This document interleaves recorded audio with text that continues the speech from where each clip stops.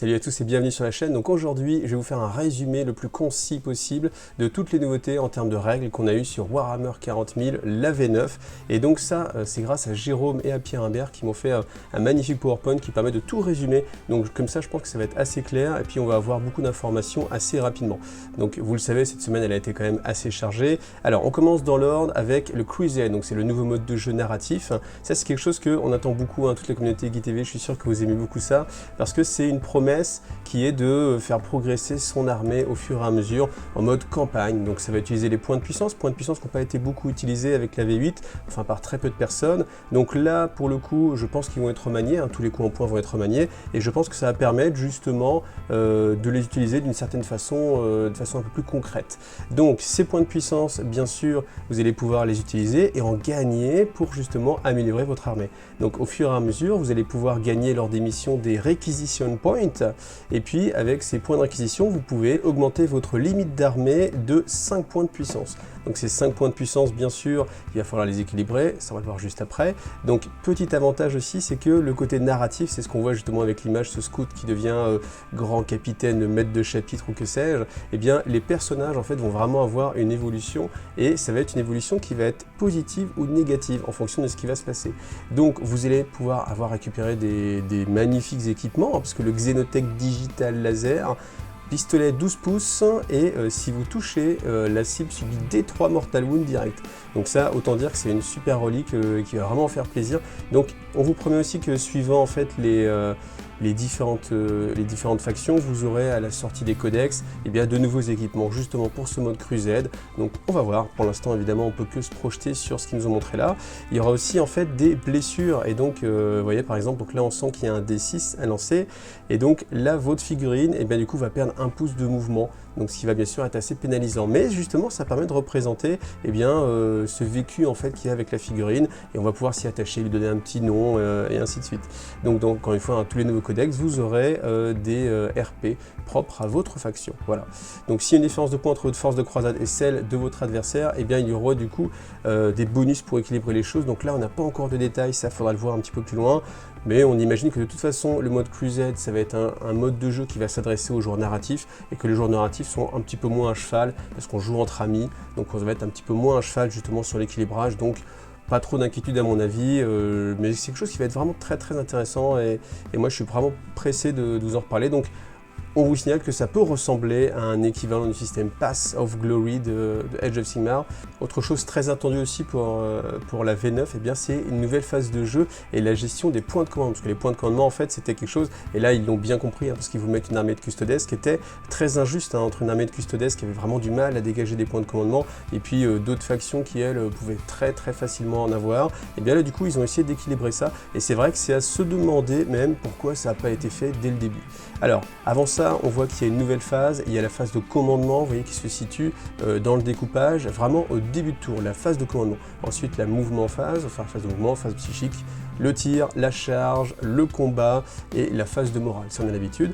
Mais j'aime bien en fait cette façon de détacher les choses, comme ça vous permet de ne pas oublier des choses. Parce que autant tout ce qui est dans la phase de mouvement, s'il y a beaucoup de choses à faire, vous pensez à vos mouvements, etc., vous pouvez oublier les effets de début de tour. Et bien là, dans cette commande phase, du coup, ça va permettre de ne pas faire passer à la trappe des choses et puis vraiment de les séquencer avant votre phase de mouvement. Alors, les PC seront attribués selon la taille de l'armée, donc les 4 formats, on reviendra aussi dessus.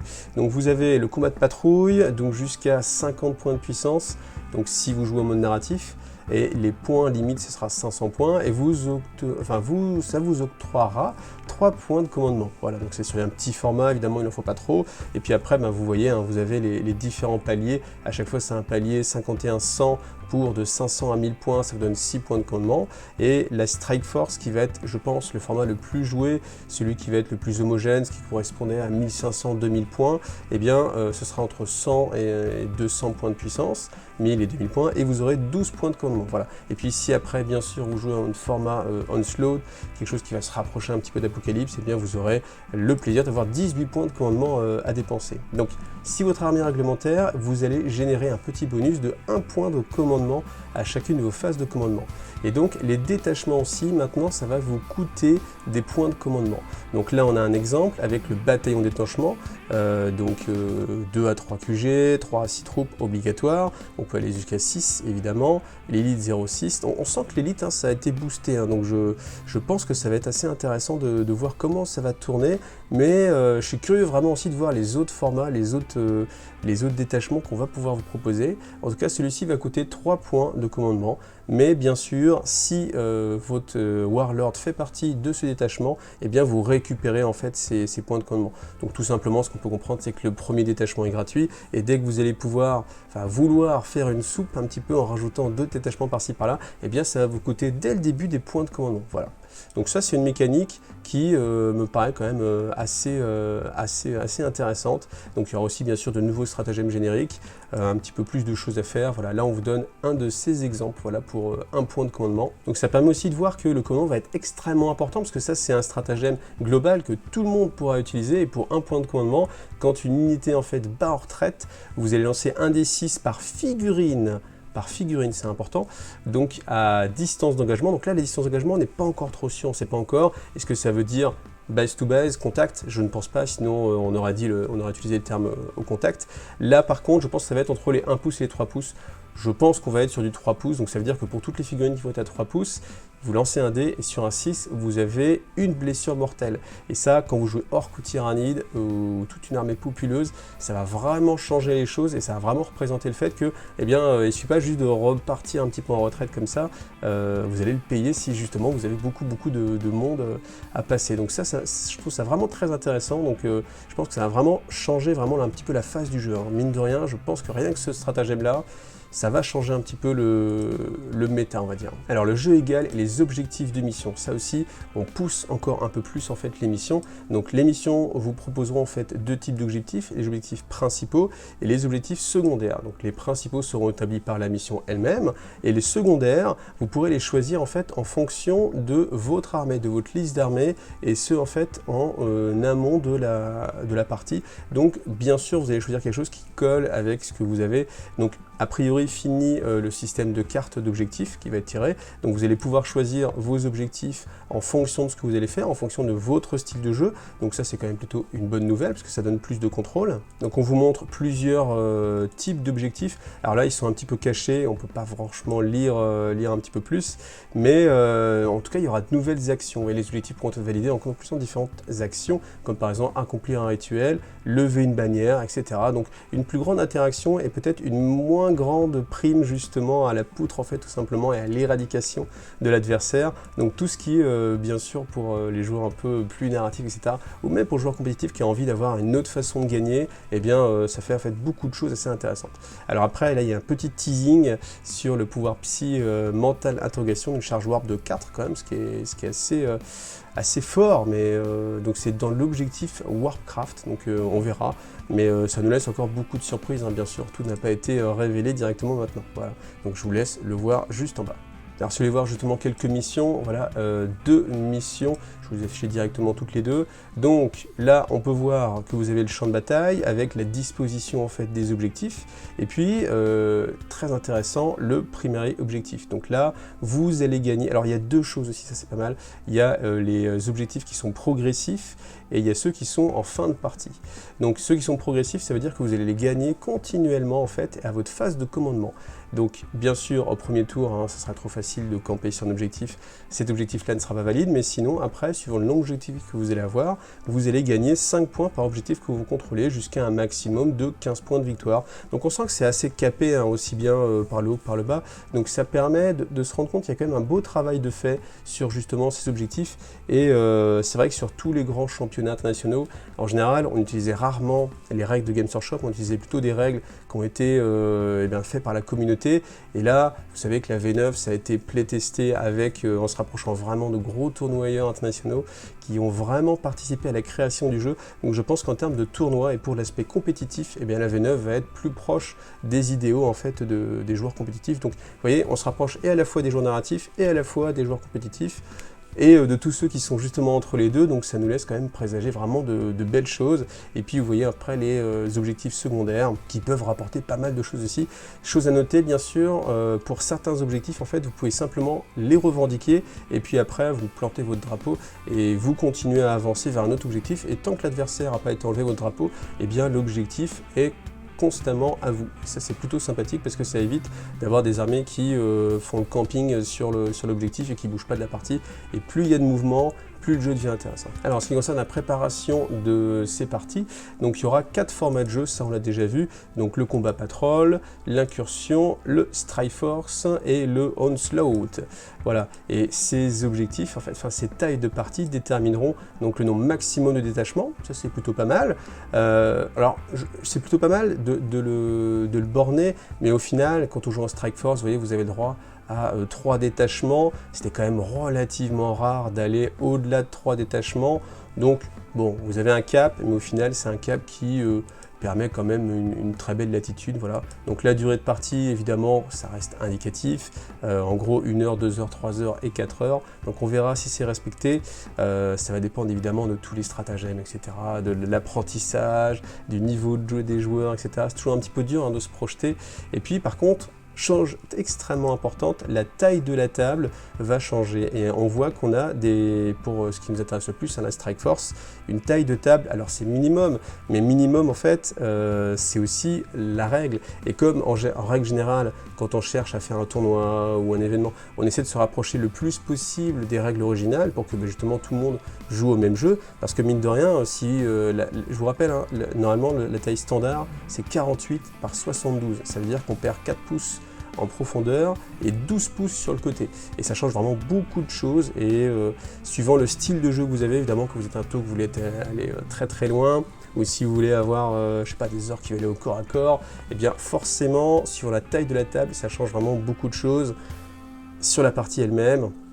On verra aussi que les décors vont changer pas mal de choses, mais en tout cas, on a cette modification. Donc, cette modification, pourquoi? Parce que simplement, Games Workshop, quand il vous sort en fait leur boîte de champ de bataille, eh bien, vous avez ce format-là directement, parce que au niveau de leur taille de boîte, tout simplement, ils ne peuvent pas imprimer des choses qui vous donneraient du 48-72. Donc, du coup, on passe sur du 44-60. Voilà.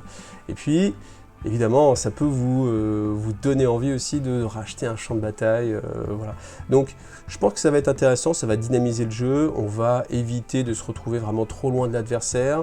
Donc, moi, je pense que ça va quand même un petit peu dans le bon sens. Et puis après, il y a tout un tas de moyens vous mettez des dés, vous mettez des petites bandes, etc. sur un tapis que vous avez déjà. Et puis, comme ça, vous pouvez jouer plus facilement. Et à transporter, et en termes de surface de jeu aussi, ça prend moins de place.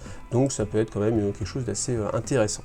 Alors c'est vrai qu'avec la V8, les véhicules n'étaient pas forcément la fête, parce que déjà la plupart en fait avaient des armes lourdes, et quand on bougeait avec une arme lourde, à moins d'avoir l'esprit de la machine ou autre chose, on était obligé de soustraire 1 sur son jet de touche, ce qui est un petit peu quand même dommage. Et puis bien sûr, le pire de tout, je pense que c'était le petit clic où vous faisiez charger, vous étiez en contact avec un Gretchin, et puis votre magnifique Lehman Russ ne pouvait pas tirer. On peut même imaginer que les Lehman Russ se touchaient et que le Gretchin avait engagé 2 Lehman Russ ensemble, et c'était complètement absurde. Donc ça, on oublie, ce ne sera plus exactement faisable. Donc on va voir un petit peu comment ça change. Donc un véhicule ou un monstre peut attaquer avec ses armes de tir à portée d'engagement, mais uniquement contre une cible à portée d'engagement. Donc c'est-à-dire qu'il va pouvoir tirer sur l'unité, on va dire, avec laquelle il est en corps à corps. Donc la notion encore de portée d'engagement est encore assez floue, mais on va dire dans votre zone en fait d'engagement, voilà, hein, tout simplement. Donc on peut leur tirer dessus avec vos propres armes. Par contre, vous allez aussi avoir un malus de -1 sur les tirs. Donc ça, c'est la petite contrepartie. Mais ce qui va être aussi intéressant de voir, c'est que vous pouvez le faire même si vous avez des alliés qui sont eux aussi engagés par l'unité. Donc ça, c'est quand même une bonne chose, parce que sinon, évidemment, si vous étiez engagé, si l'adversaire a une unité suffisamment large, il peut contacter plusieurs unités, et ça nullifierait ça. Donc là, vous pourrez quand même toujours tirer. Et si vous avez plusieurs armes de tir, vous pouvez sélectionner d'autres cibles à condition que ceux qui sont dans votre zone d'engagement soient détruits.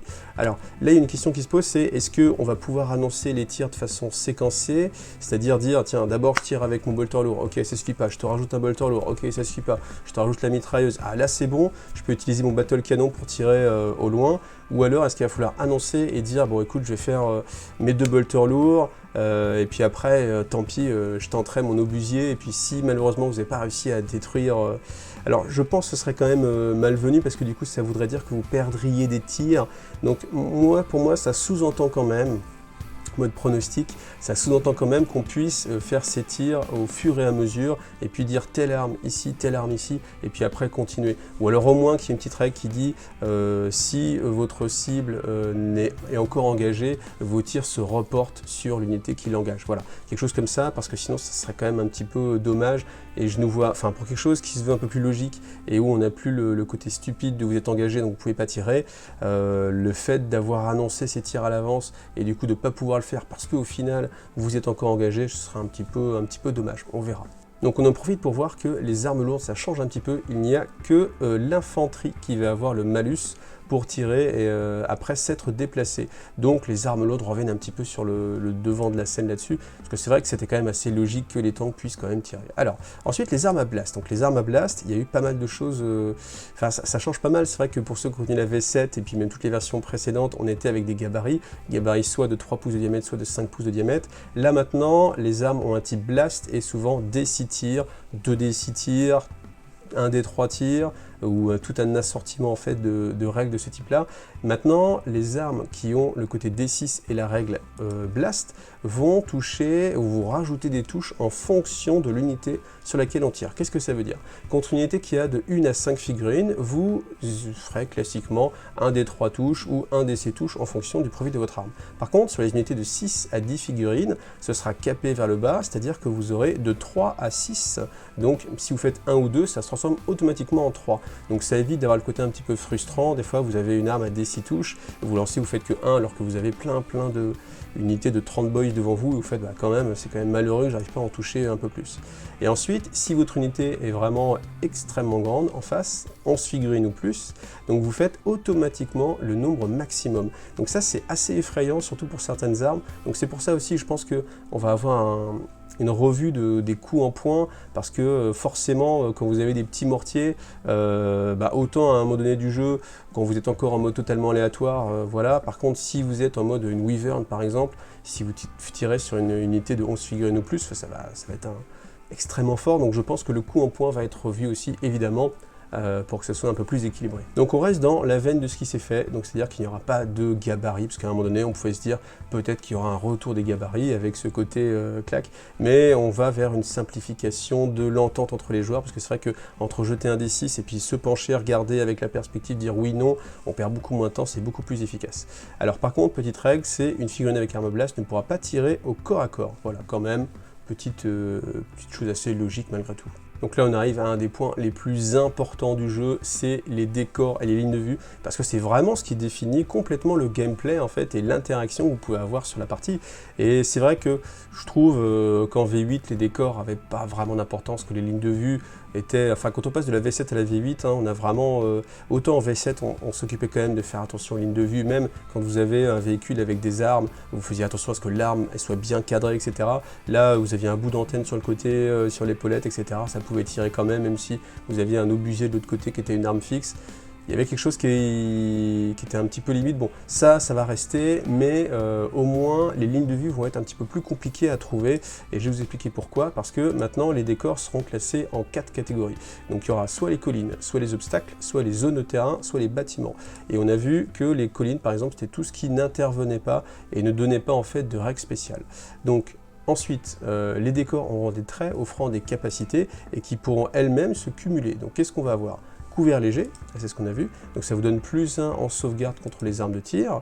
Ensuite, autre chose qui est assez étonnant, c'est le Heavy Cover. Le Heavy Cover, c'est tout simplement plus 1 en sauvegarde contre les attaques de mêlée. Donc ça, j'avoue que j'ai du mal à me projeter de voir comment, au corps à corps, le bâtiment dans lequel vous êtes, ou le terrain dans lequel vous êtes, vous donne plus 1 en sauvegarde de couvert, enfin de corps à corps, mais bon voilà, après on verra ça, mais en tout cas ça peut peut-être équilibrer aussi le corps à corps qui a l'air d'être assez remis un petit peu en avant, déjà parce que vous allez avoir des tables plus petites, vous allez avoir moins facilement des lignes de vue, donc peut-être que c'est ça l'idée aussi. On va voir ce que ça va donner. Là, c'est vrai que c'est un peu dur de se projeter, mais en tout cas, les décors auront un vrai impact.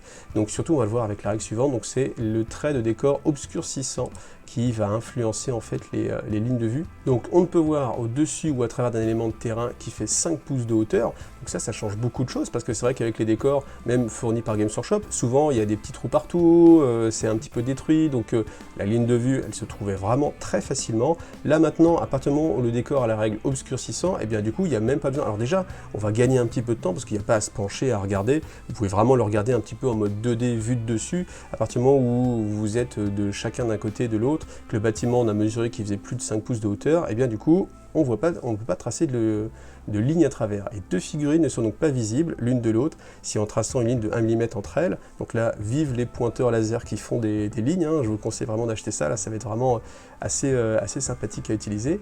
Donc entre elles, cette ligne passe par un élément obscurcissant. Voilà. Donc bien sûr, après, il faudra voir entre la majorité visible et la majorité invisible, ça va être des détails de règles qu'on verra une fois que tout ça en fait sera plus normé. Là, bien sûr, on est encore sur des petites prévisions.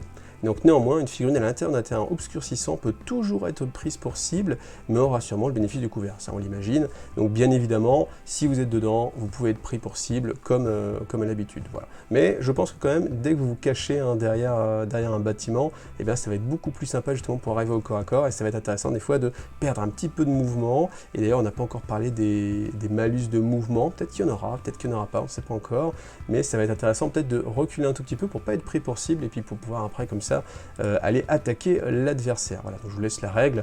Donc bien sûr, en ce qui concerne les avions, ce qu'on va voir juste après, les figurines aéronefs et les figurines avec 18 points de vie ou plus seront-elles toujours visibles, même si la ligne de vue passe au travers d'un élément de décor avec le trait obscurcissant. Voilà, c'est normal, ils sont très très grands. Alors en parlant des aéronefs justement dans la V9, donc c'est vrai que là on s'oriente aussi vers des choses plus logiques. En fait, c'était vraiment illogique qu'un avion ne puisse pas se poser à un endroit, soit obligé d'être sorti de table, ce genre de choses, et compter comme perte, tout simplement parce que là encore une fois, hein, je reprends l'exemple, mais parce que vous aviez un véhicule juste en dessous, comme si l'avion était obligé de se poser en fait et de faire des sauts de puce, un peu comme une grenouille plutôt que comme justement un avion. Donc voilà, donc vous aurez la possibilité d'arriver de par les réserves et de vous mettre à plus de 9 pouces de toute unité ennemie. Donc là, on retrouve un petit peu ce qu'on avait l'habitude hein, sur l'avancée des réserves. Donc on va voir aussi, ça je pense que c'est un point, on aura vraiment beaucoup d'infos rapidement, peut-être même la semaine prochaine, c'est comment on arrive des réserves. Donc là, une petite chose aussi, c'est qu'on vous dit à la place de vous mettre complètement à 6 pouces d'un angle particulier du champ de bataille d'un côté. Donc ce qui veut dire que peut-être la règle de base pour les rentrer en réserve, en tout cas je pense qu'il y aura cette chose-là quelque part, c'est que vous pourrez rentrer à 6 pouces d'un bord en fait du champ de bataille. Donc, voilà. Et un aéronef ne peut jamais déclarer de charge le tour où il arrive des réserves stratégiques. Donc heureusement, parce que sinon, il y aurait eu quand même des choses un petit peu abusées. Donc voilà, ça laisse quand même le temps de voir venir, et puis ça représente aussi logiquement le fait que l'unité a le temps de voir arriver les choses. Donc voilà, vous avez toutes les petites règles spéciales qui sont, ma foi, encore une fois, assez logiques. Donc il faudra voir évidemment comment ça va être joué, mais tout ça, ça me paraît vraiment assez intéressant. Donc on termine, hein, les aéronefs ne peuvent plus et ne sont plus bloqués lors d'un mouvement d'autres figurines tant qu'ils ne sont pas à portée d'engagement les uns des autres, donc entre aéronefs. Donc vous allez pouvoir déplacer vos figurines directement sur le socle, hein. Ça peut éviter aussi qu'un adversaire positionne un avion sur un objectif et qui du coup vous empêche de venir le capturer. Voilà, j'espère que cette vidéo vous a été utile pour y voir beaucoup plus clair dans les règles de la V9, en tout cas ce qu'on en connaît maintenant. Donc bien sûr, je referai toute une série de vidéos une fois qu'on aura vraiment les règles dans les mains, histoire d'être vraiment carré. Je vous referai les vidéos que vous avez vraiment appréciées, qui sont les vidéos les plus regardées sur la chaîne, hein. Toutes les séries Apprendre à jouer à Warhammer 40 000, donc réactualisées pour la V9, bien entendu. Et puis merci encore à Jérôme et à Pierre Imbert qui m'ont permis de faire cette vidéo et qui m'ont vraiment beaucoup aidé sur ce travail-là, donc ça c'est vraiment très riche. Et puis encore une fois, tant qu'on est dans les merci à tous les tipeurs, tous ceux qui me font confiance et qui m'aident à accomplir ce destin, j'allais dire, mais cette transformation de la chaîne en chaîne semi-professionnelle. Et vraiment merci à vous parce que là on s'approche du rêve, donc c'est vraiment super. Si vous ne savez pas de quoi je parle, je vous invite vraiment à aller regarder cette vidéo qui est très importante pour l'avenir de la chaîne. Et puis si 40 000 ça vous intéresse un peu moins, bah déjà c'est sympa d'avoir regardé la vidéo jusqu'ici, mais rassurez-vous, bien sûr ça reste IGTV, donc on va continuer à parler de plein de jeux. Voilà, merci à vous. Bonne soirée, ou bonne journée, ou bonne matinée, et en tout cas, à bientôt.